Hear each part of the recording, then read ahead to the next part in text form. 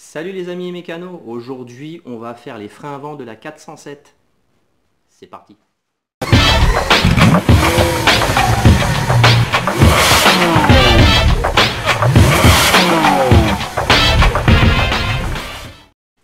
Alors les amis, pour faire cette vidéo, nous allons avoir besoin de ce petit coffret repousse-piston. Nous aurons besoin ensuite de ce petit coffret BGS de douille, torse, mâle et femelle, d'un tournevis à frapper et des embouts torse si c'est des embouts torse au niveau de vos vis, et moi je sais que c'est des embouts torse au niveau de mes vis de disque. Donc j'avais pris ça aussi, c'est du Silverline. Au niveau de la remonte, moi je me suis procuré de la graisse céramique et de la graisse cuivrée. Alors c'est simple, au niveau des reposes, je vous montrerai où il faut mettre la graisse céramique, où il faut mettre la graisse cuivrée. Et bien sûr, les pièces. Alors je me suis procuré sur Autodoc des plaquettes TRW en céramique. Donc autant vous dire que ça va freiner pas mal. Et du Brembo en disque. Alors, regardez que mon pote Leonardo m'a envoyé. C'est quand même beau, hein, regardez. Hein, c'est pas vilain tout ça. Hein. Je pense que ça, avec ça, la voiture, elle va freiner les enfants. Ça, c'est sûr et certain. Les amis, avant de commencer quoi que ce soit, vous mettez un petit bac en dessous et vous me passez un coup de nettoyant fin. Ça vous évitera de respirer tout la poussière de frein qu'il pourrait y avoir au moment du démontage. Une fois ça fait, vous me débranchez les témoins d'usure proprement. Voilà, vous me les mettez sur le côté. Après, une fois ça fait, vous vous munissez d'une clé de 13 plates et d'une clé de 15 plates pour défaire les vis d'étrier.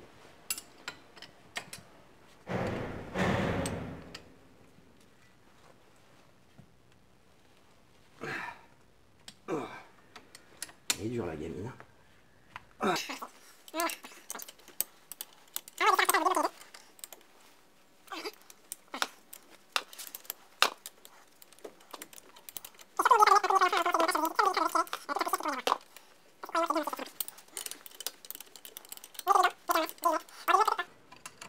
Mais en tout cas, mettez un masque. Mettez un masque et des gants. C'est très important pour votre sécurité. Une fois que vous avez défait vos vis, vous faites revenir vos rattrapeurs.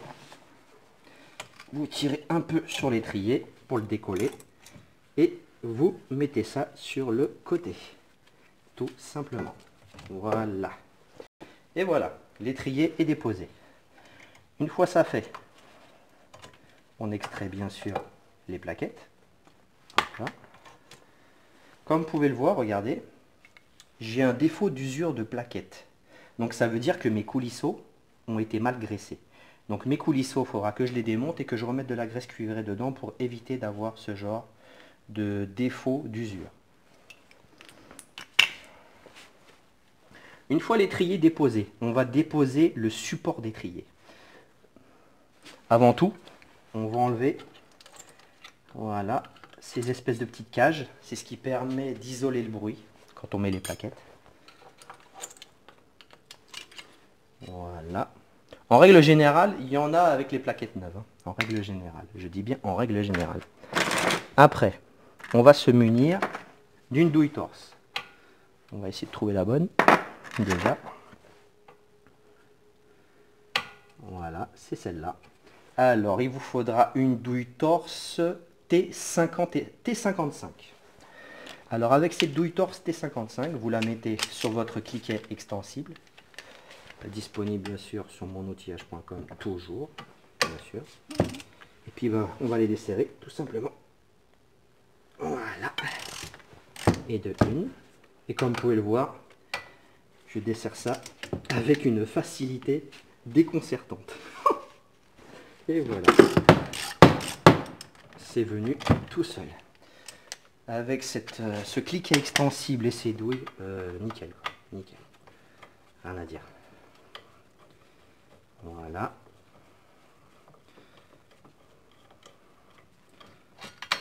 Et merde.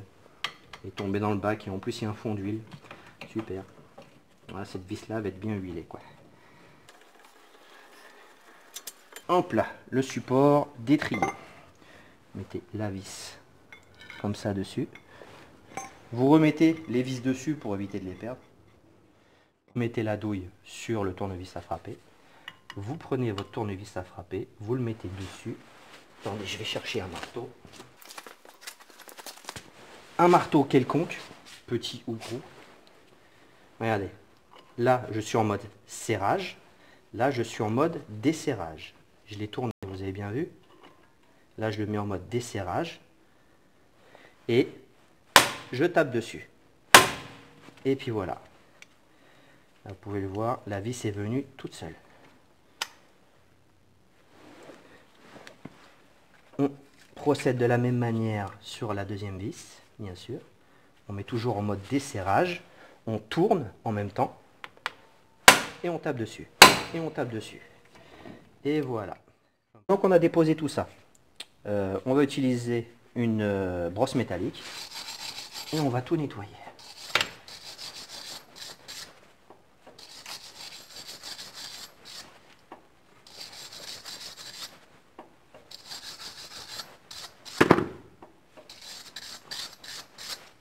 Ah. Voilà. Une fois tout ça nettoyé, on va utiliser cette graisse cuivrée. Je vous mettrai bien sûr le lien dans le descriptif. C'est une graisse cuivrée que j'ai achetée sur Amazon. Et ça vient d'Angleterre. Regardez. Elle est vraiment excellente. Donc voilà, on va prendre de la graisse cuivrée avec un pinceau. Et puis on va badigeonner tout ça. Comme ça, au moment du remontage, le jour où je devrais déposer mon disque encore, au cas où j'aurais des roulements à faire ou déposer par exemple un cardan, j'aurais vraiment aucune difficulté à déposer mon disque, il ne collera pas sur le moyeu. Donc voilà. Bon, bien sûr, vous en mettez pas 3 tonnes. Hein. C'est juste histoire de dire que le calcaire ou la rouille ne s'incruste pas. Voilà. Avant de le monter, on va le dégraisser, bien sûr, avec du nettoyant fin.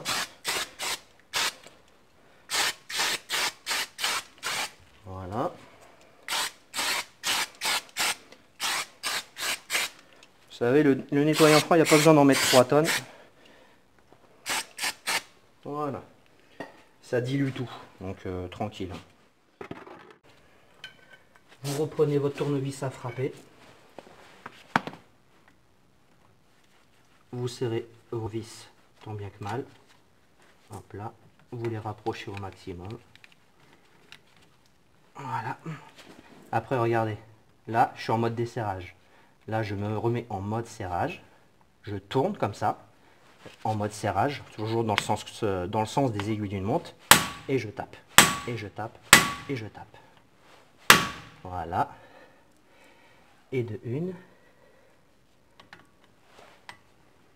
Et la deuxième.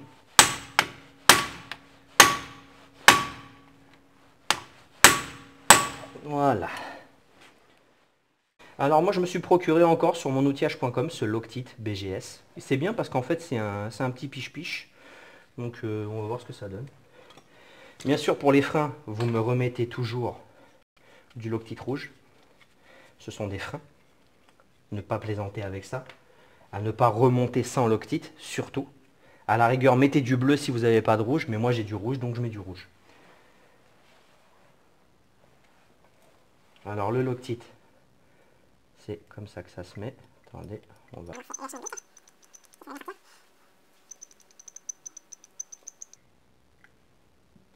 Ah voilà. Voilà. Vous mettez un petit filet comme ça. Vous en mettez pas 3 tonnes là, j'en ai mis un petit peu trop. Hein. vous positionnez votre support. Voilà, putain de ta grand-mère.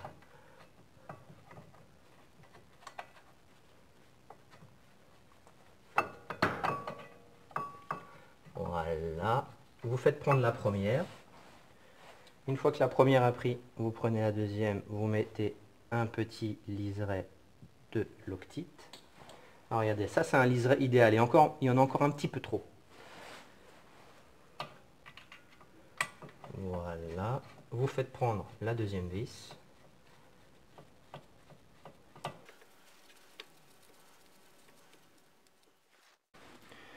Une fois que j'ai fait prendre mes vis, je prends ma douille. L'idéal, ça aurait été de serrer tout ça au couple. Je vous mettrai sur la vidéo à combien faut serrer les vis d'étrier, les vis de support d'étrier. Surtout ne jamais serrer au pétard, soit avec un cliquet, comme je le fais, à serrer convenablement, ou à la clé dynamométrique, ça c'est vraiment l'idéal.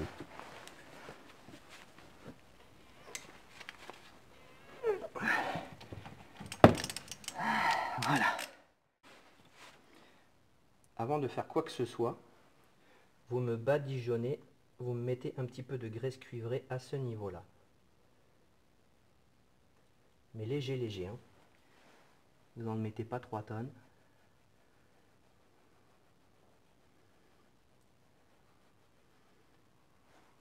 C'est là où est-ce qu'on va mettre les absorbeurs de bruit. Comme ça, on mettra les absorbeurs de bruit par-dessus. Voilà. C'est vraiment nickel.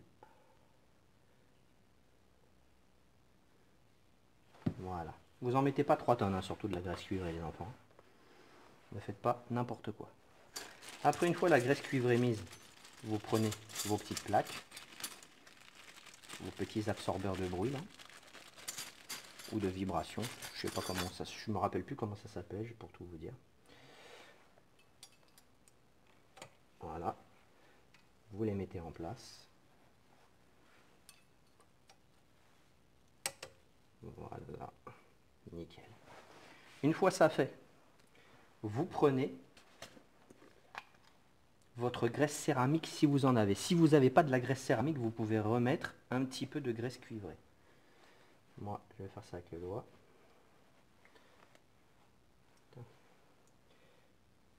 Une petite lichette de graisse, de graisse céramique ici. Alors, il faut savoir que la graisse céramique, si je ne dis pas de bêtises, a une teneur jusqu'à 1500 degrés. Et vous savez aussi bien que moi que des freins de bagnole, moi la mienne c'est une grosse berline, donc autant vous dire que ça doit chauffer pas mal quand même. Voilà, vous en mettez un petit peu partout, sauf sur le disque bien sûr les enfants. Hein, sinon ça va beaucoup moins bien freiner. Hein. Hop là. Vous m'en mettez une petite lichette ici, comme ça. Voilà, proprement. Merde, j'en ai mis un peu sur le disque. Voilà pour ça.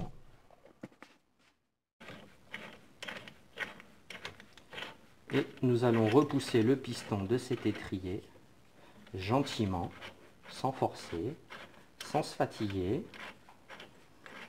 Tous ceux qui voudront le faire avec une pince multiple, c'est leur droit. Je ne vais pas leur dire achetez absolument ce kit de repousse piston. Faites ce que vous voulez, mais moi personnellement, j'ai pas envie de me fatiguer ni de me pincer les doigts. C'est un kit qui vaut 20 balles.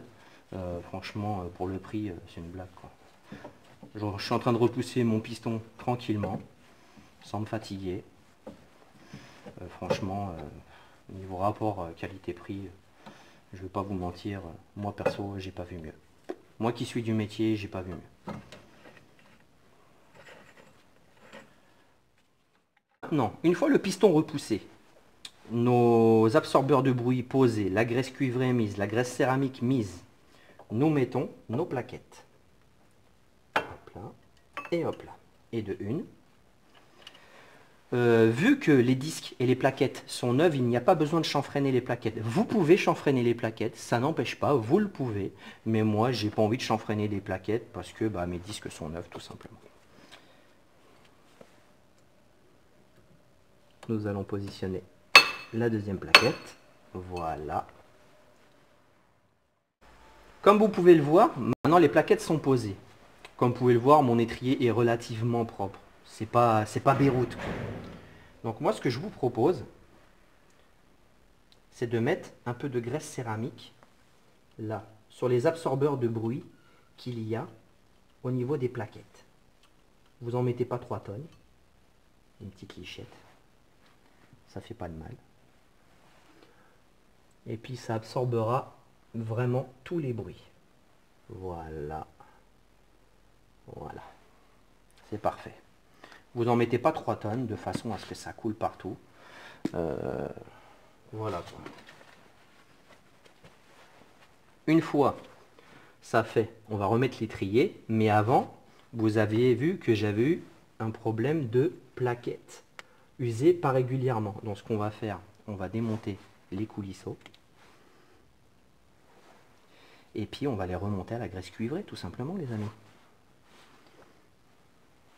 Voilà ce qu'on va faire. On va prendre de la graisse cuivrée au tournevis. Et puis on va essayer d'en mettre un max quoi. Vous essayez d'en mettre un max dans le soufflet et un petit peu sur la tige. Comme ça. Voilà. Là je peux vous dire, ça va bien coulisser. Voilà. Une fois ça fait, on remet le coulisseau gentiment. Voilà.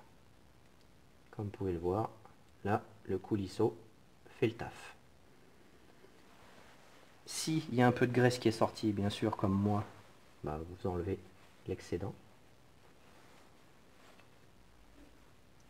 Voilà. Et là, maintenant, on va faire la même chose pour le deuxième coulisseau. On essaye d'en mettre un maximum dans le soufflet. Bien sûr, quand vous repoussez, bien sûr, quand vous remettez votre coulisseau, vous chassez l'air. Automatiquement, il y aura de l'air. Donc vous chassez l'air au niveau du soufflet.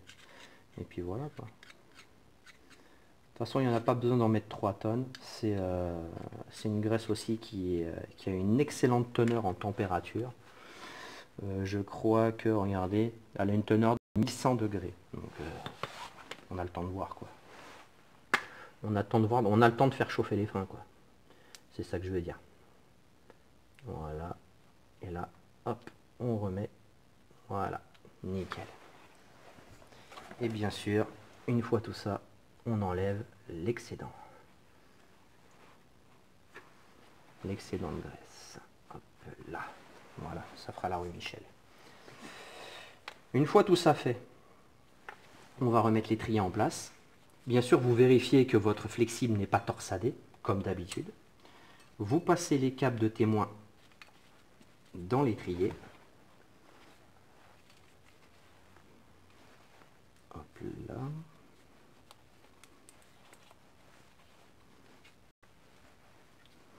Et je crois que je me suis trompé au niveau de la monte, parce qu'il me semble qu'il y a un câble qui est plus long que l'autre. Ouais, et je me suis trompé. Oui, je me suis trompé les amis. Allez, on redémonte. Vous voyez, même un mécano peut faire des bêtises. Donc, la plaquette avec l'embout noir de ce côté-là, et la plaquette avec l'embout blanc de l'autre côté. Celle avec l'embout blanc, avec le témoin blanc, le câble est plus court. Il fallait le savoir. Moi perso, là je viens de le savoir comme vous. Voilà. Bon, bien sûr, quand vous manipulez les plaquettes, surtout que là j'avais mis de la graisse un peu partout, vous manipulez ça convenablement, gentiment, pour éviter de mettre de la graisse partout. Donc maintenant on recommence. On fait passer les câbles, gentiment. On met l'étrier en place. là. Voilà. Comme vous pouvez le voir, j'ai des vis de maintien d'étrier neufs, donc on va mettre les neufs. Et il y a déjà du Loctite dessus. Hop là. Et de une. Et de deux. Alors ce que vous faites, au niveau du passage des câbles, déjà on va les nettoyer un petit peu les câbles, parce que là ils sont vraiment dégueulasses. Je suis en train de faire du boulot de cochon.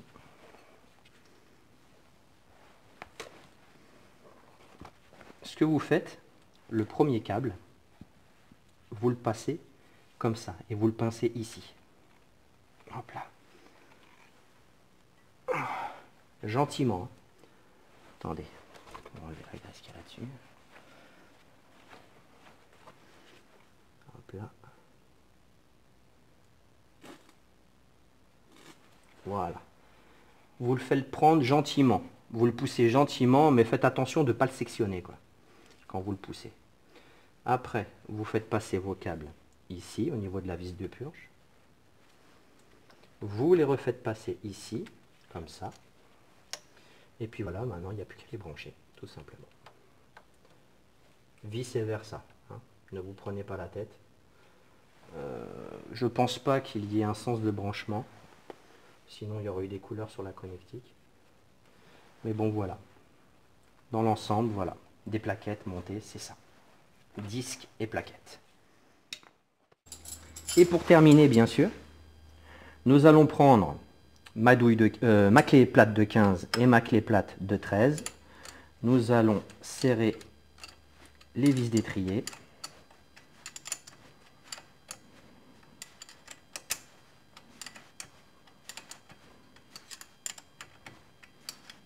Vous me serrez ça convenablement, ou à la clé dynamométrique. Je vous mettrai le couple de serrage sur la vidéo, bien sûr. Voilà. Et maintenant, nous allons serrer la dernière.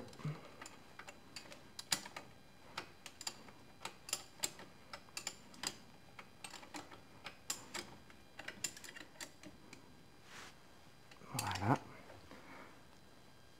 Voilà. On recontrôle l'autre.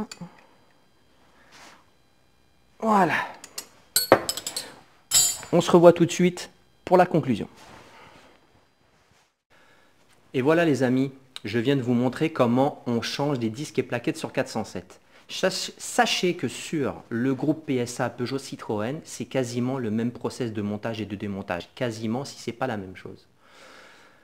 Surtout, soyez très méticuleux quand vous faites vos freins. Prenez le temps de faire les choses. Ne vous faites pas embêter au moment où vous êtes en train de faire ce chantier. Il y va de votre sécurité et de celle de votre famille. Ne faites pas n'importe quoi. Les freins, c'est un organe de sécurité. Faites ça méticuleusement.